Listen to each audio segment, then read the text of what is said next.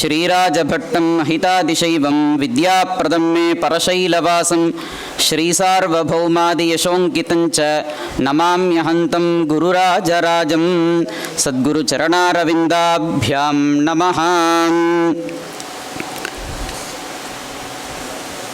இந்த சபையிலே அத்தியக்ஷராக வீற்றிருக்கக்கூடிய சிவஸ்ரீ அண்ணா அவர்களுக்கும்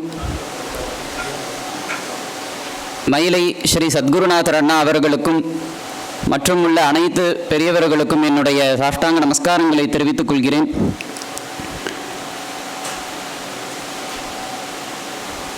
இதுவரை பேசினவா எல்லாருமே சூரியனை போல, அடியேன் ஒரு சின்ன விளக்கில் வரக்கூடிய ஒரு பிரகாசம் போல அப்படிங்கிறது முதல்கன் தெரிவித்துக் கொள்கிறேன்.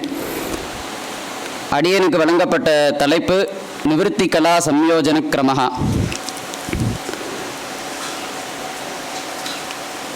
இந்த தீட்சை ஷடத்வ தீட்சை என்று பெயர். ஷடத்வ சுத்தர் விதினா தீக்ஷா அப்படின்னு சொல்லுவாங்க. பத தீட்சை அப்படின்னும் மத்தங்க பாரமேஸ்வரத்தில் இன்னொரு தீட்சை இருக்குன்னு கேள்விப்பட்டிருக்கேன். அந்த வகையில் இந்த தீட்சையானது ஷடத்வ சுத்தி தீட்சை. 6 அத்வாக்களை சுத்தி செய்வதே இந்த தீட்சையினுடைய முக்கிய நோக்கம். இந்த அண்ணா சொன்னார், மொத்த உலகமும் இந்த 6 அத்வாக்களின் வடிவாக இருக்கிறது. சுவாமிகிட்டையும் நம்ம இந்த 6 அத்வாக்களை தான் நியாசம் பண்ணுறோம். நம்மளுடைய தேகமும் இந்த 6 அத்வாக்கள் மயமாகத்தான் இருக்கிறது. சுவாமிகிட்ட இருக்கக்கூடிய அத்வா சுத்த அத்வா, நம்மகிட்ட இருக்கக்கூடிய அத்வா அசுத்த அத்வா.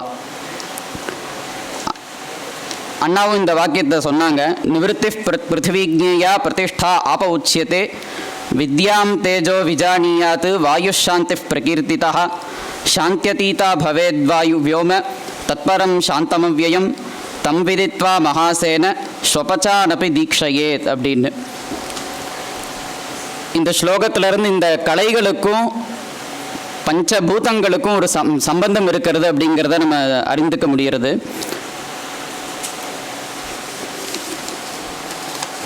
இந்த நிவர்த்தி ஒவ்வொரு கலையிலையும் இருக்கக்கூடிய ஒவ்வொரு விஷயங்களையும் ஆச்சாரியரானவர்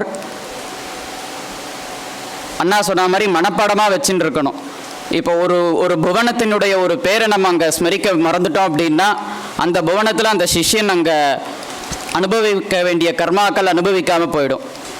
அது மாதிரி ஒவ்வொரு தத்துவங்கள், ஒவ்வொரு விஷயங்கள், ஒரு இந்திரியத்தை நம்ம ஸ்மரிக்காமல் விட்டுட்டோம்னா அந்த இந்திரியத்தினுடைய விஷயம், அனுபவிக்க வேண்டிய விஷயம் அனுபவிக்காமல் போயிடும். அப்போ அவனுக்கு மோட்சத்துக்கான ஒரு பாதிப்பு ஏற்படும், மோட்சத்துக்கு போகிறதுக்கான ஒரு பாதிப்பு ஏற்படும். ஓம் லாம் நிவೃತ್ತಿ கலாயை நமஹா இது அவலோகையேத். ஒவ்வொரு கிரியையிலையும் அந்த மாதிரி ஒவ்வொரு கிரியையும் நமக்கு விட்டு போகாமல் இருக்கிறதுக்கு ஒவ்வொரு கிரியையிலையும் நம்ம எத்தனை கிரியை அங்க கிரியைகள் இருக்குது அப்படிங்கிறத நம்ம மனசில் வச்சுட்டோம்னா ஒவ்வொரு கிரியை ஒரு அம்சம் கூட நம்ம மறக்காமல் செய்கிறதுக்கான வாய்ப்பு இருக்கும். அவ்வகையில் அவலோகனம், சஞ்சிந்தனம், தாடனம், கிரகணம், சம்யோஜனம், அபியர்ச்சனம், ஆவேஷ்டனம், சன்னிதானாகுதி திரயம் என்று 8 கிரியைகள் ஒவ்வொரு கலையினுடைய சம்யோஜனத்திலும் இருக்கின்றது. முதல்ல அவலோகனம், கலையை அப்படியே பார்க்கிறது. அடுத்து பார்க்கும் பொழுது 14 விஷயங்கள் உள்ளடக்கியுள்ளதாக அந்த நிவர்த்தி கலை. ஒவ்வொரு கலையிலுமே 14 விஷயங்கள் இருக்கின்றது. அந்த 16 விஷயங்களையும் நாம் மனசில் வாங்கி கொண்டு அந்த அவலோகனத்தை செய்ய வேண்டும்.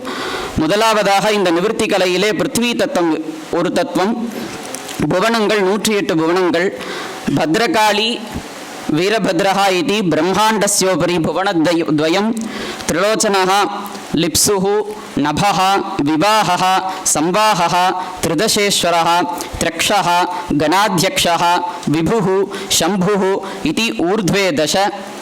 மேலே 10 புவனங்கள், தம்ஷ்ட்ரி வஜ்ரி ஃபணீந்திரஹ உதும்பரி கிரசனஹ மாருதாசனஹ क्रोधनः अनन्तः वृषधरः वृषः इति अधोदश. कीले 10 भुवनங்கள், बलिप्रियः भूतपालः ज्येष्ठः शर्वः सुरेशानः वेदपारगः ज्ञानभुक् सर्वज्ञः ஈஷா வித்யாதிபா இது ஈசானே தச.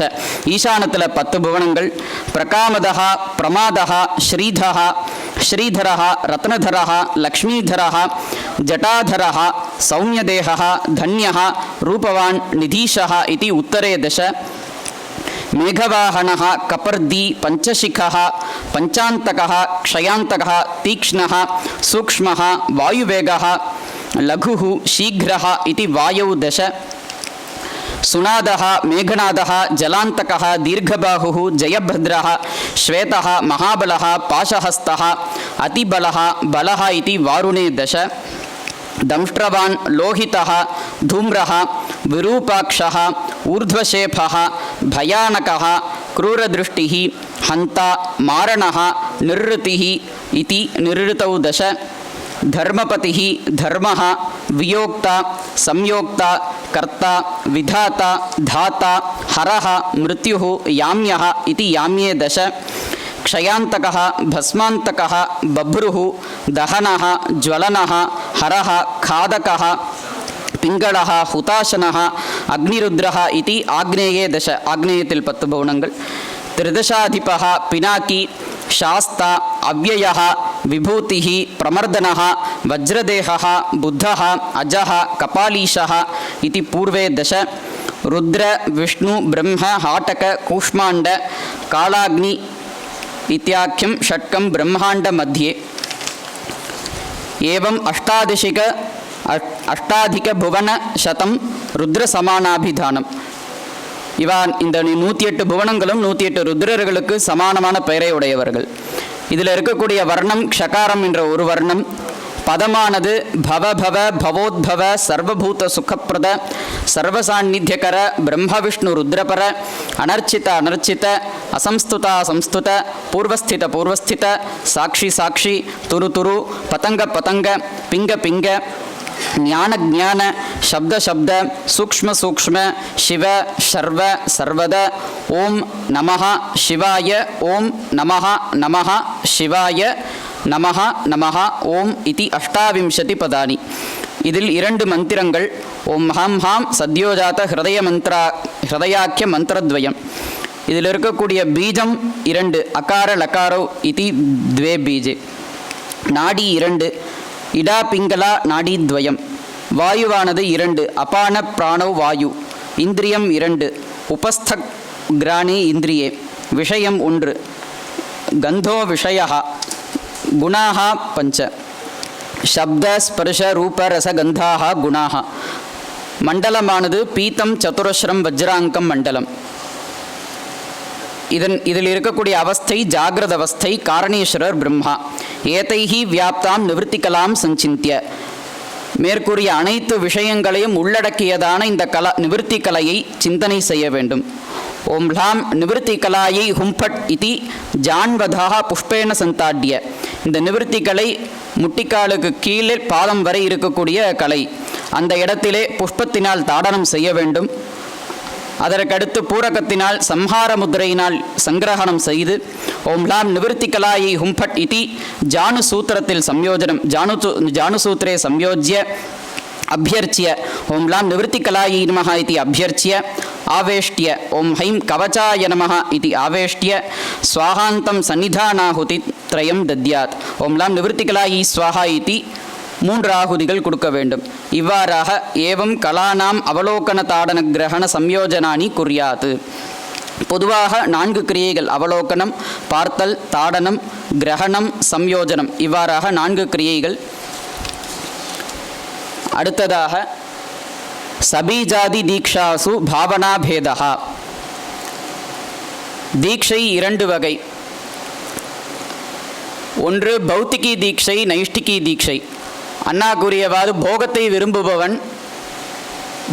விரும்புபவனுக்கு பௌத்திகி தீட்சை செய்ய வேண்டும். மோட்சத்தை விரும்புபவனுக்கு நைஷ்டிகி தீட்சை செய்ய வேண்டும். அந்த தீட்சையிலுமே பேதம், அவாந்தர பேதம். 2 பேதங்கள் உள்ளன. சபீஜ தீக்ஷா, நிர்பீஜ தீக்ஷா என்று. இவ்விடத்திலே பீஜம் என்றால் என்ன என்றால், முன்பு நாம் கர்மாக்கள் அனைத்தையும், கர்ம பாசங்கள் அனைத்தையும் நாம் அந்த சூத்திரத்திலே சேர்த்தோம். அவ்வாறு சேர்க்கும் பொழுது அனைத்து கர்மாக்களையும் நாம் சூத்திரத்திலே சேர்த்து விட்டோம் என்றால் இல்லை. பலனை தர ஆரம்பித்ததான இந்த பிராரப்த கர்மத்தின் பயனான இந்த ஷரீரத்தின் பயனான இந்த பிராரப்த கர்மாவை நாம் சூத்திரத்தில் சேர்க்க முடியாது. இதை அனுபவித்து தான் நாம் தீர்க்க வேண்டும். அடுத்ததாக, இதற்கு முன்பு நாம் கர்மாக்கள் 3 விதம் என்று நாம் தெரிந்து கொள்ள வேண்டும். பிராரப்தம், சஞ்சிதம், ஆகாமி.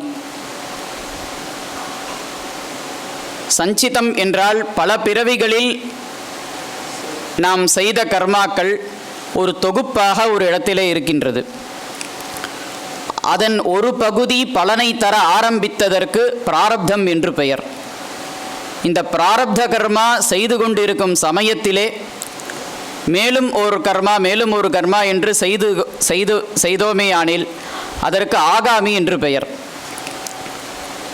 இவ்வாறாக கர்மாக்கள் 3 விதம். இந்த சஞ்சித கர்மாவை நாம் தீட்சையினால் அழித்துவிட்டோம். ஆகாமி கர்மாக்களை தியான பூஜையினால் அழிக்க வேண்டும். பிராரப்த கர்மாவை அனுபவித்து தான் தீர்க்க வேண்டும். அவ்வாறாக இந்த சபீஜ தீட்சை, நிர்பீஜ தீட்சை, இந்த பீஜம் என்றால் கர்ம சமயாச்சார பாசத்திற்கு இந்த பீஜம் என்று பீஜம் என்றால் காரணம்.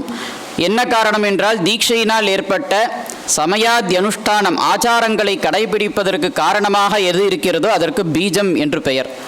அந்த சமயாச்சார பாசத்தோடு சேர்ந்து தீட்சை, அதாவது அந்த சிஷ்யனானவன் சமயாச்சாரங்களை செய்ய விரும்பினால் அவனுக்கு சபீஜ தீட்சை செய்ய வேண்டும். சமயாச்சாரங்களை செய்ய விரும்பவில்லை, அதாவது செய்ய முடியாது, இயலாமல் போனால் அவனுக்கு நிர்பீஜ தீட்சையானது செய்ய வேண்டும். அடுத்தது பௌத்திக சபீஜ தீட்சை. போகத்தை விரும்புபவன் இந்த இடத்துல தான் நம்ம சத்குருநாதர் அவர்கள் சொல்லுவார், ஒருத்தருடைய ஜாதகத்தையே மாற்றக்கூடிய ஒரு அம்சம் இந்த இடத்துல தான் அப்படின்னு சொல்லுவார். தீட்சைக்கு அப்புறம் அவன் எப்படி இருக்க போகிறான் அப்படிங்கிறதுக்கான ஒரு இது ஆச்சாரியர்னால் இங்கே தான் கொடுக்கப்படுறது. எப்படி அப்படின்னா, கர்மாக்கள் அனைத்தையும் ஒன்று திரட்டி அதில் பிராரப்த கர்மா, ஆனுஷங்கிக கர்மா, சமயாச்சார பாசம், தர்ம கர்மா, இந்த 4 கர்மாக்களையும் அவனுடைய சரீரத்திலேயே இருக்கும்படி செய்ய வேண்டும். இதற்கு வத்திரிக்தமாக இருக்கக்கூடிய அனைத்து கர்மாக்களையும் சூத்திரத்தில் சேர்க்க வேண்டும். அதாவது பிராரப்த கர்மா என்றால் என்ன என்பதை பார்த்தோம். ஆனுஷங்கிக கர்மா என்றால் துணை கர்மா. ஒரு செயலை செய்ய போகும் பொழுது தவிர்க்க முடியாத வேறு ஒரு செயலை நாம் செய்ய வேண்டி இருந்தால் அதற்கு ஆனுஷங்கிக கர்மா என்று பெயர். அடுத்தது சமயாச்சார பாசம். தீட்சைக்கு பின் அந்த சிஷ்யன் ஒழுக வேண்டிய சிவ பூஜை, அனுஷ்டானம், சரியாபாதாதி கிரியைகள் முதலான விஷயங்கள் சமயாச்சார பாசத்திலே அடங்கும். தர்ம கர்மா இவ்விடத்திலே காலத்ரய வியாபி தர்மாத்மகம் கர்ம என்று குறிப்பிடுகிறார். இந்த கர்மாவானது 3 காலத்திலும் வியாபித்ததாக இருக்கிறது. அதாவது சஞ்சிதம், ஆகாமி, பிராரப்தம். ஒருவன் நான் நன்றாக போகத்தை அனுபவித்துவிட்டு பிறகு நான் சிவபெருமானை, சிவ சமத்துவத்தை அடைய வேண்டும் என்று விரும்பினால் அவனுக்கு இந்த பௌத்திக சபீஜ தீட்சையை செய்ய வேண்டும். சஞ்சிதம், அதாவது நாம் சேர்த்து வைத்த புண்ணியங்கள் அனைத்தையும் இப்பிறவிலேயே அவன் அனுபவித்து விட்டு பிறகு சுவாமியை சென்று அடையும்படி செய்வது இந்த தீட்சை, பௌத்திக சபீஜ தீட்சையானது. இந்த பிராரப்த சரீரத்திற்கென்று ஒரு கர்மா இருக்கின்றது. அந்த கர்மாவை மட்டும்தான் அவன் அனுபவிக்க வேண்டும். ஆனால் அவன் போகத்தை அனுபவித்து, நன்றாக போகத்தை, புண்ணியத்தை அனுபவித்து விட்டு செல்ல வேண்டும் என்று நினைத்தானாகில் அவனுடைய சஞ்சிதமான அனைத்து தர்ம கர்மங்களையும், போகதாயகம், தர்மாத்மகம் அனைத்து கர்மாக்களையும் இந்த சரீரத்திலேயே சேர்த்துவிட்டு இதர கர்மாக்களை, இதரம் இருக்கக்கூடிய அனைத்து முக்திக்கு தடையாக இருக்கக்கூடிய அனைத்து கர்மாக்களையும் அந்த சூத்திரத்திலே சேர்க்க வேண்டும். இதற்கு அதிகாரி யார் என்றால் சமயாச்சாரத்தை செய்ய சக்தி உள்ளவர்கள், சாதகர்கள், ஆச்சாரியர்கள். நமக்கெல்லாம் இந்த பௌத்திக சபீஜ தீட்சை தான் செய்ய வேண்டும். நிர்பீஜ தீட்சை செய்தால் நம்மளால் அனுஷ்டானம் முதலானவைகளை செய்ய முடியாமல் போய்விடும். அடுத்ததாக பௌத்திக நிர்பீஜ தீட்சை. பௌத்திக நிர்பீஜ தீட்சை செய்யும் சிஷ்யனிடத்தில் அவனுடைய சரீரத்தில் பிராரப்த கர்மா, ஆனுஷங்கிக கர்மா, தர்ம கர்மா ஆகிய மூன்றையும் அந்த சரீரத்திலே விடுத்து சமயாச்சார பாசத்தோடு சேர்த்து மீதமுள்ள அனைத்து கர்மாக்களையும் சூத்திரத்தில் சேர்க்க வேண்டும். இதற்கு அதிகாரி யார் என்றால், சமயாச்சாரத்தை செய்வதற்கு சக்தி அற்றவர்கள், அதாவது குழந்தைகள், வயோதிகர்கள், பெண்கள், போகத்தில் விருப்பமுள்ளவர்கள், வியாதியஸ்தர்கள்.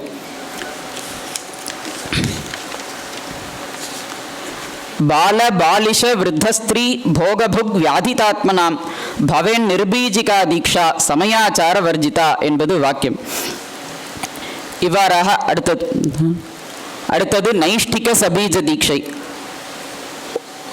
ஒருவர் மோட்சத்தில் விருப்பம், சுவாமியை சென்று அடைய வேண்டும் என்பதே அவருடைய விருப்பம். ஆனால் இந்த சமயாச்சாரங்களை நான் செய்துவிட்டு சுவாமியை அடைய வேண்டும் என்று ஒருவர், அதாவது எனக்கு போகங்கள் தேவையில்லை, ஆனால் நான் சுவாமியை பூஜை செய்ய வேண்டும், சமயாதி அனுஷ்டானங்களை செய்ய வேண்டும் என்று யார் விருப்பப்படுகிறானோ அவனுக்கு செய்ய வேண்டிய தீட்சை நைஷ்டிக சபீஜ தீட்சை. அவனுடைய சரீரத்திலே பிராரப்த கர்மா, ஆனுஷங்கிக கர்மா, சமயாச்சார பாசம் ஆகிய மூன்றை சரீரத்திலே விடுத்து மீதமுள்ள அனைத்து கர்மாக்களையும் சூத்திரத்திலே சேர்க்க வேண்டும். அடுத்ததாக நைஷ்டிக நிர்பீஜ தீக்ஷா. இந்த தீட்சை சந்நியாசி முதலானவர்களுக்கு மட்டுமே செய்ய வேண்டும். அவர்கள் சமயாச்சார பாசங்களையும் ஒழுக தேவையில்லை, மேலும் அவர்களுக்கு புண்ணியங்களை அனுபவிக்க வேண்டும் என்ற ஆசையும் இல்லை. சுவாமியை மட்டுமே நினைத்து கொண்டு இப்பிறவி முடிந்ததும், இந்த பிராரப்த தேகம் அழிந்ததும் சுவாமியை சென்று அடைய வேண்டும் என்ற ஒரே குறிக்கோளுடன் இருப்பவர்களுக்கு நைஷ்டிக நிர்பீஜ தீட்சையானது செய்ய வேண்டும் என்பதை தெரிவித்துக் கொண்டு, இவ்வாறாக வாய்ப்பளித்த எனது குருநாதர்கள் அவர்கள் அனைவருக்கும் எனது சாஷ்டாங்க நமஸ்காரங்களை தெரிவித்துக் கொள்கிறேன். அடியேனுடைய உரையிலே ஏதேனும் குணம் இருந்தால் அது எனது குருநாதர்களான மயிலாப்பூர் சத்குருநாதர் அண்ணா அவர்களையும் காஞ்சிபுரம் செந்தில் அண்ணா அவர்களையுமே சேரும். இவர்கள் இருவரிடமும் நான் இந்த தீட்சை பாடத்தை கேட்டிருக்கிறேன். மேலும் இதில் இருக்கக்கூடிய தோஷங்கள் அனைத்தும் அடியேனையே சாரும் என்பதை தெரிவித்துக் கொள்கிறேன். நமஸ்காரங்கள்.